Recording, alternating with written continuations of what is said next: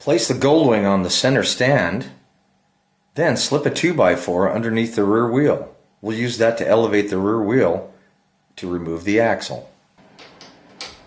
Remove the rear shock bolts with a 14mm socket.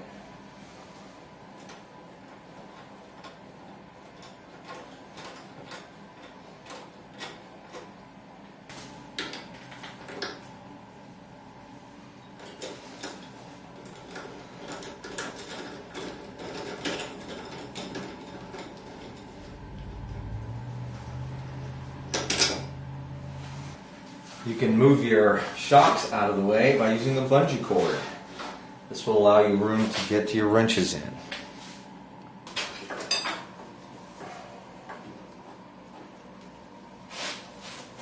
I can elevate your tire a little bit so you can get to your brake caliper nut. Using a 17mm socket, remove your brake caliper holding nut bolt.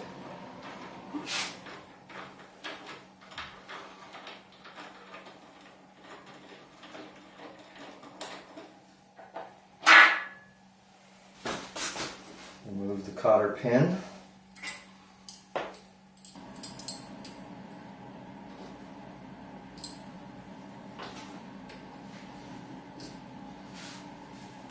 Remove the axle nut.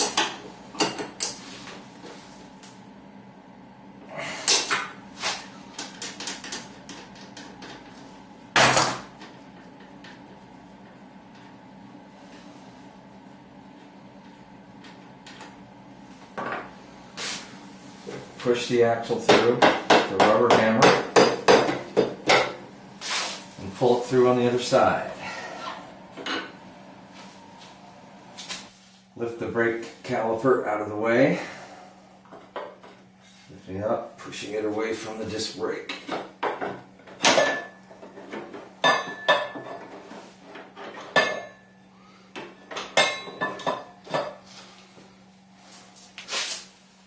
The wheel away from the splines and the hub, making sure not to break in the way. Set the brake off to the side, and the wheel comes out.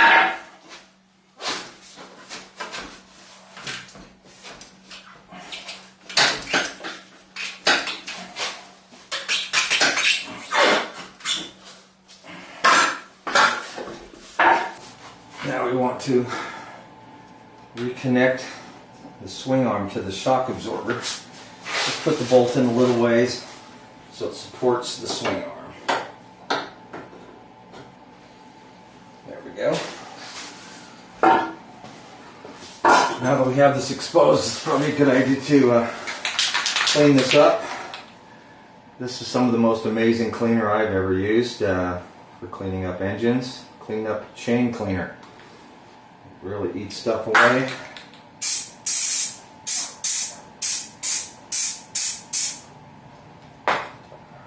Let that sit for a minute. Another incredibly handy tool is a cap light. These things are amazing for getting into tight places. Seeing what you're doing. Really focus on your work without moving lights around.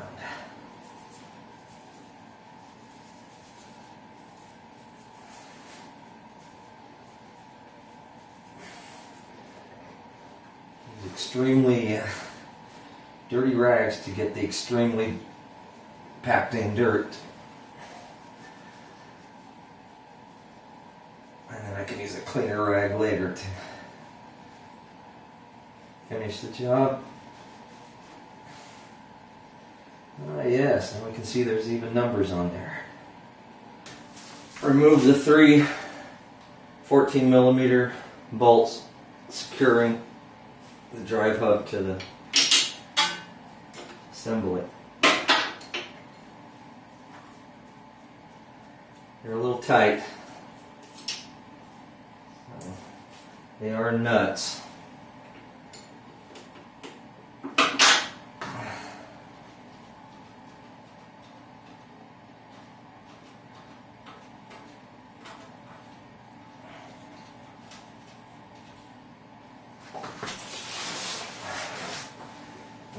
tough to get to, but not too bad. There we go.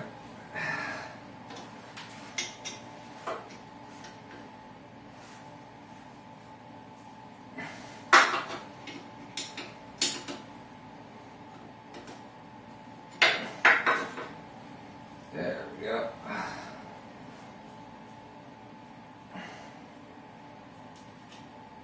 Okay. Now the hub assembly should just pull away easily. Okay, there we go. Okay, now we need to remove this side cover so we can get to the hose that's on the brake caliper.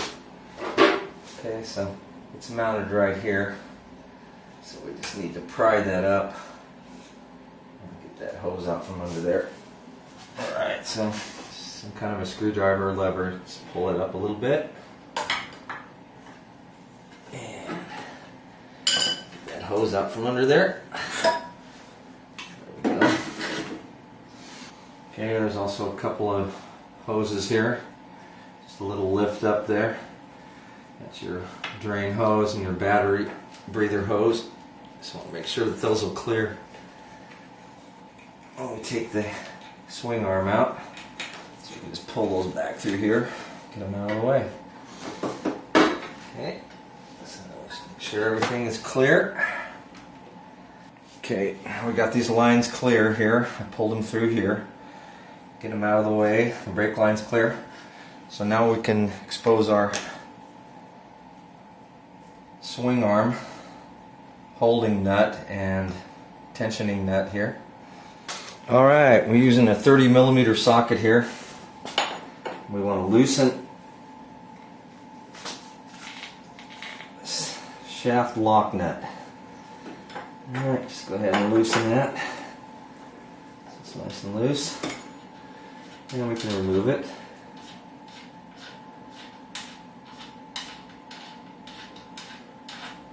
And we'll do the other side, and then we'll remove these shaft lock nuts, bolts. There's the lock nut on the other side. Get that loose, remove it. Set them somewhere so you know what side they came off of. Next we're going to go for this. This requires a 10mm Allen. You probably want one of these because you're going to have to torque this bolt after we're done. Okay, so we have our 10mm Allen on here. And this is going to be pretty light because it's torqued so the swing arm can move.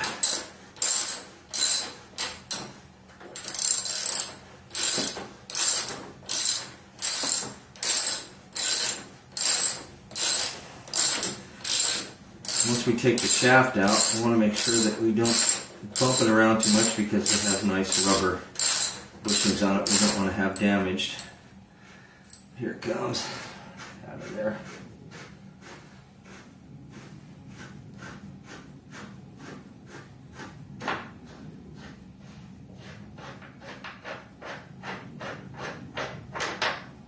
Okay, there's one. Okay, let's get this other one out of here. Yeah, fairly easy to get out. It's a special sequence for retorquing these things lightly. I'll explain that when we reassemble.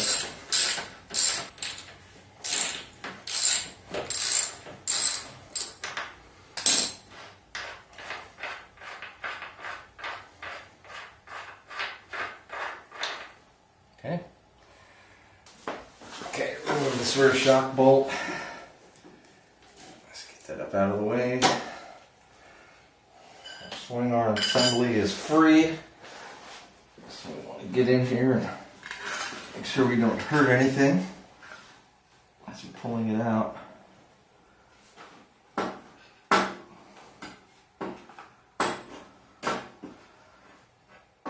Take it slightly to the left. Towards this, according to the manual.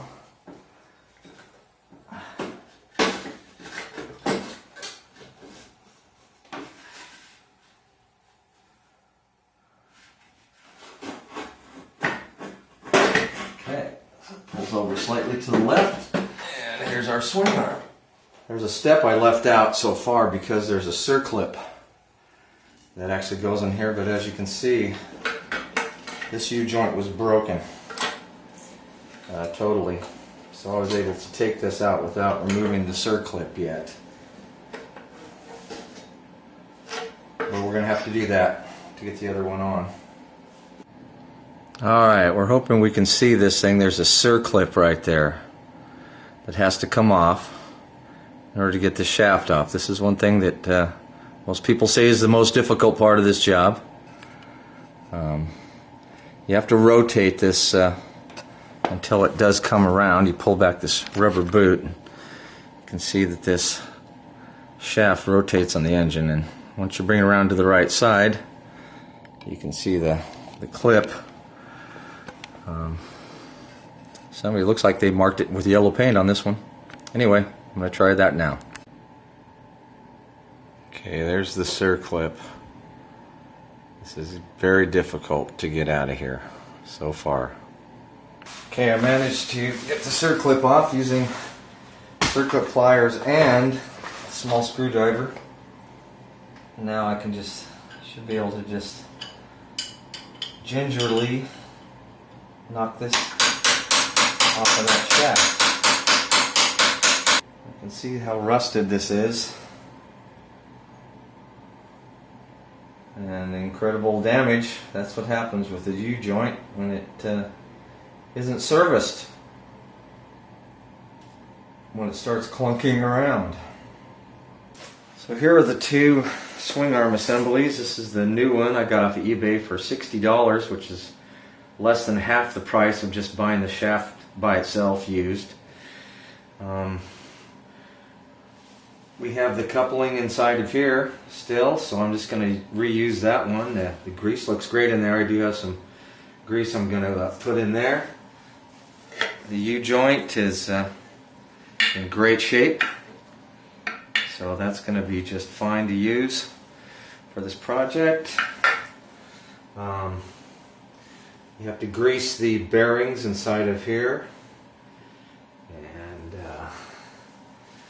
just for fun, here's the old U-joint, and it's pretty bad shape, as you can see. It's broken and it is useless. So let's get to changing this out. So this is the swing arm bearing. This rubber just comes right off, and then here's your race and your bearing inside of here. And we're going to just clean that up a little bit, and we'll put some new grease in there.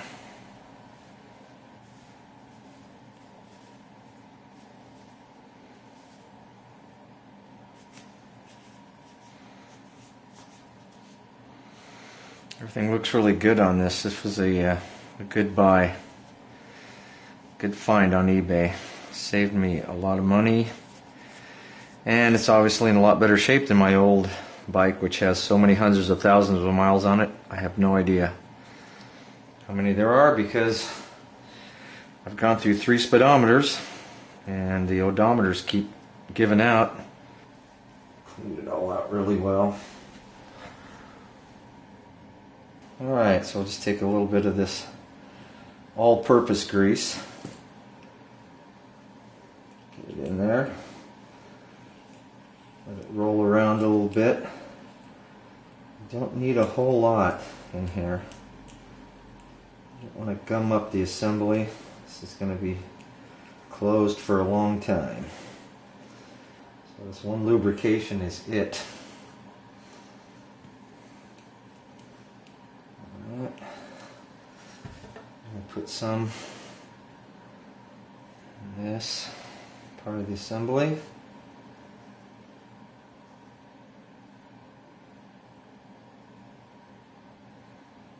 Alright, looks nice. Put that back in there, spin it a little bit, put our rubber cap back on, and do the other side.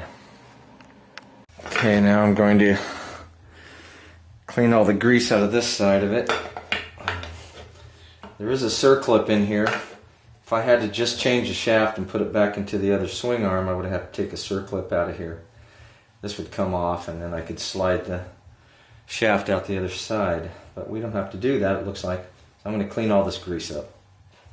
Okay, so there's the circlip that's in the hub end of the shaft, which we don't have to remove, but if you had to put in a new shaft, you'd have to take that off. So here's my final drive hub. We're going to clean all this up. We can inspect these splines, and then here's where my wheel goes in. And we'll clean all that up and re-grease all that as well.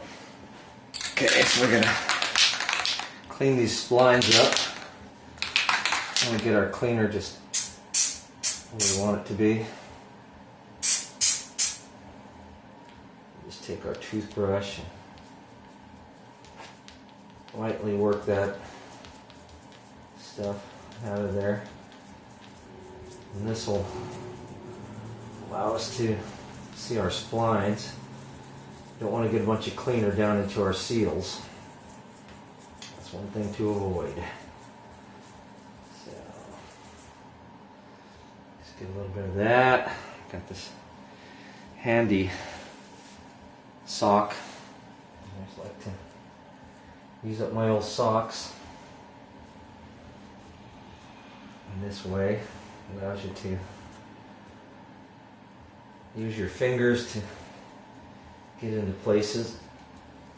I can see there is very little wear on my splines, which is amazing considering they have hundreds of thousands of miles on them. Need to get all this extra old grease off of here, at least a bunch of it,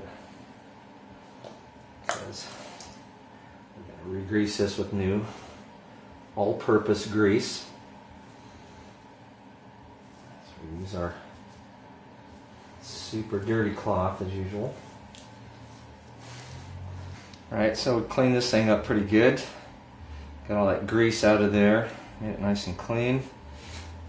And this end's all clean, plus I cleaned the outside of it a bit too. There's also this part which goes in here. That's your drive shaft shim. Goes right in there. So pretty much all cleaned up and ready for some grease. So here's the rear wheel splines. This is all going to need to be cleaned up as well. So we'll just take our dirtiest rags and get rid of all that grease. Okay, that's pretty clean now. We'll just take some of this all-purpose grease, put it here where the splines are. That's where the rubber meets the road.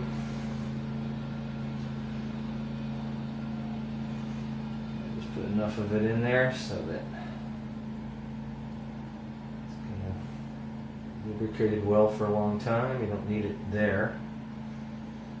You need it down in these splines. On the other side of the wheel, clean it up a little bit here. Not so critical. Some other parts.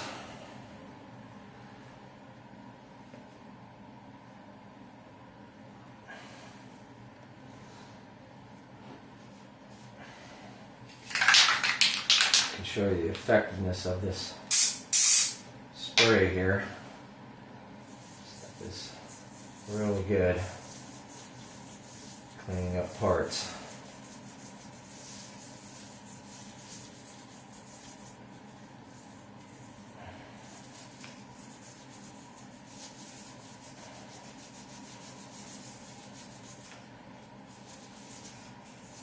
It works quick.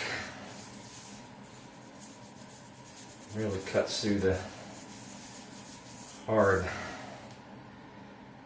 set grease. Look at that, see? Well, that cleans up.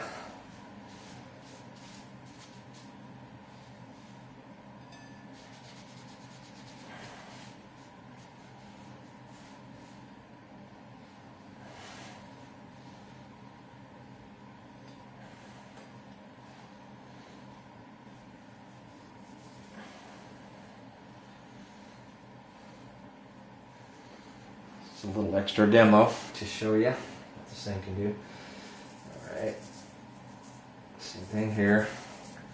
All these parts are old and used, but I love the GL1000's engineering. It's such a trooper. That drive shaft that I had probably literally had 250, 300,000 miles on it. Used to commute in this bike every day, about 45 miles each way to work and back. And it never let me down in those days. Now she's really showing signs after 40-some years of service. That's quite a testimonial to a great motorcycle.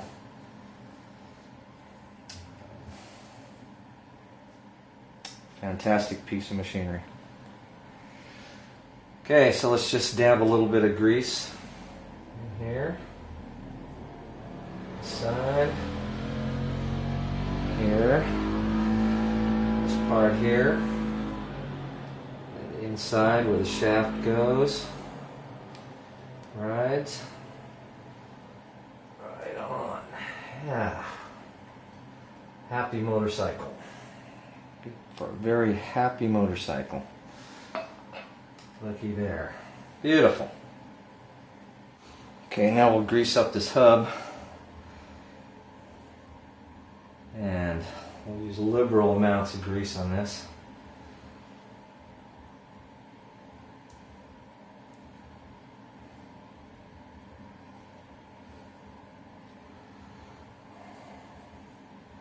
Lots of grease. Make sure all these splines coated. Okay, and here's our shaft shim, so let's put some grease in there too. The shaft will go through there, and doesn't hurt to get a little bit on the outside. These parts kind of roll on each other. Same thing here.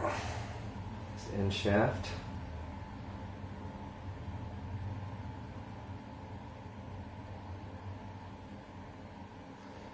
The grease nipple feeds all of this as well.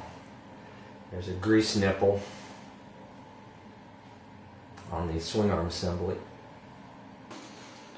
Alright, this is our coupler, so there's no reason to skimp at all on this. This is also fed by the grease gun. You can see the nipple right here. That's a grease gun nipple. Okay. This thing actually sits a bit forward, so we'll push this forward.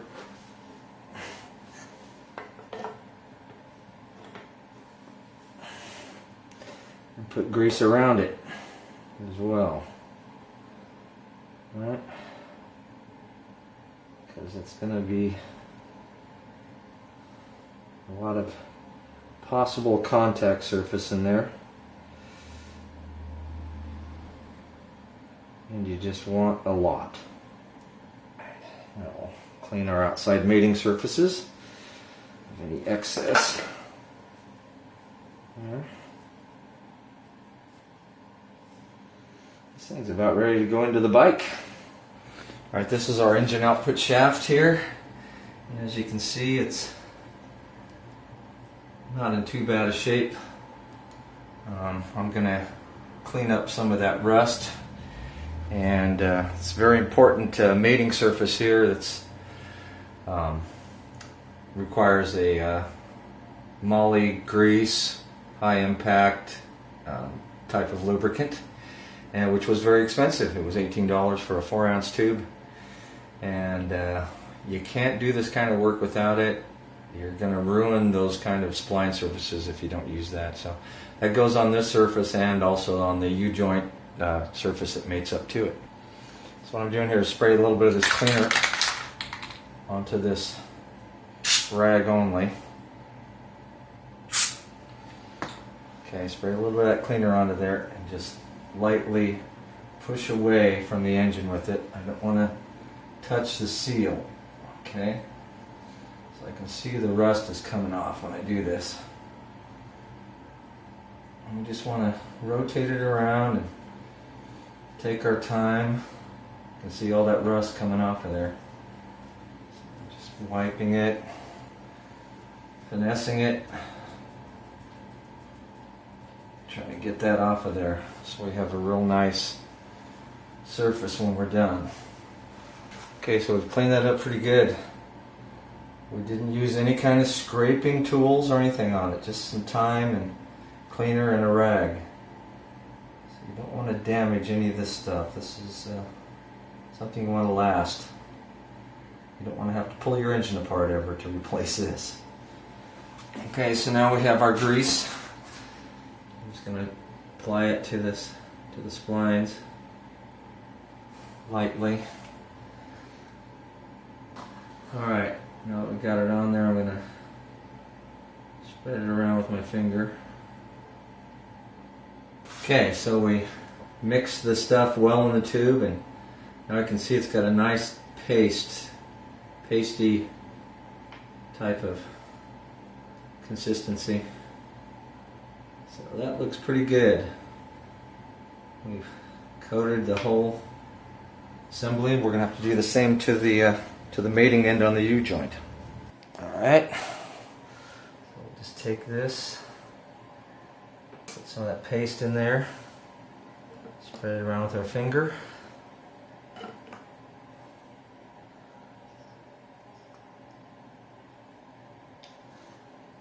It doesn't take a whole lot of this, like when you're greasing something with the regular old automotive grease. You want to make sure all the surfaces get coated. It's going to, most of it's going to end up squishing out of there when you put the splines on. Okay, before we put our swing arm back in, we need to put this rubber boot on. You don't want to forget that. That would be really bad. Okay, so get this rubber boot on here.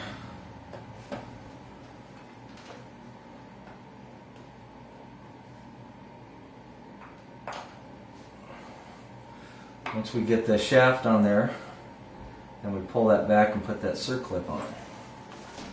Alright, so now we're going to attempt to install the swing arm. Alright.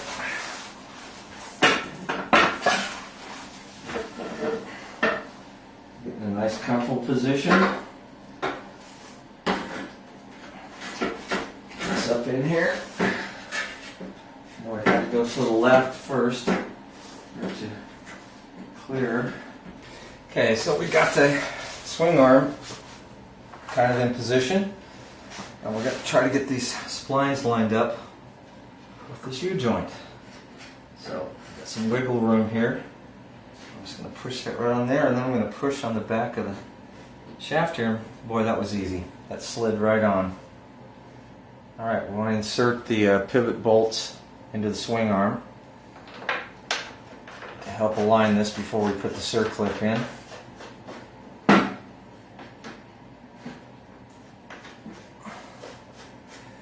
And the procedure says to put these things in until we only have 2 threads showing. I'm going to go screw in the other side just to get it fit. Alright, so the procedure here is you tighten in the pivot bolt here until there's about 2 threads showing past the lock nut, and then you want to tighten to about 7 foot-pounds. Tighten that to about 7 foot-pounds, which I've already done. Okay, and then you back the nut off about 1/8 of a turn. This is from the Honda shop manual, so I'm going to trust it as being the proper way to torque these things. So I'm going to back this off about 1/8 of a turn. Okay. So that's about 1/8 of a turn. Okay, now the manual says 58 to 87 pounds of torque on this, so I'm splitting the difference. This is the lock nut. I'm going to go 70 foot-pounds.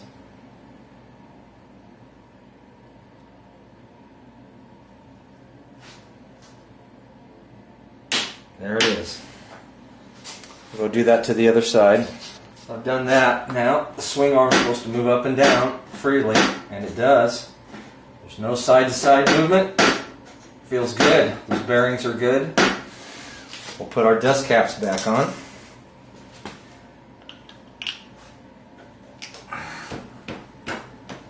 Okay, get the other side. Okay, now I'm going to reinstall this circlip back onto the shaft here. And you won't be able to see me do that because my head would be in the way. But I'm going to do that next. Alright, I managed to get the circlip on there. But it was hard. I don't know if you can see it very well in there. But I had to do it with my fingers and a screwdriver. And work it around there on one side and then over to the other side, and finally got the snap on there. My snap ring pliers were not quite well enough. You need something with nice long tips but not too far of an angle. That's the thing. Now we got the circlip on, we can put the boot back, the rubber boot back where it needs to be. So if I'm not too in the way here, I'll just work that without the camera. Alright, the boot is back on. Took a little finessing. You should put on the swing arm side first. And then once you get that all the way around, you can work this one around with the screwdriver. Of course, making sure you don't damage the rubber or anything like that. And finally get it to pop on there. So get the gear to line up. We can turn this a little bit until we feel those splines match up. There we go. Okay, that's in. Now we just torque the 3 nuts. We put them on. It says 26 to 32 foot-pounds in the manual. I don't know why they give such wide specifications. We'll go about 28 foot-pounds. There we go. Do the same for the other 2. Well, the rest is pretty rudimentary. We're just going to install the rest of the components in the order that we took them apart, which would be going to put in the rear wheel. Okay, we got our wheel on and our brakes on, and we'll just give you some final torque values here. So, brake caliper, I'm set to about 40 foot-pounds. Just like some of the other things, it gives you a wide variance of values you can set these things to.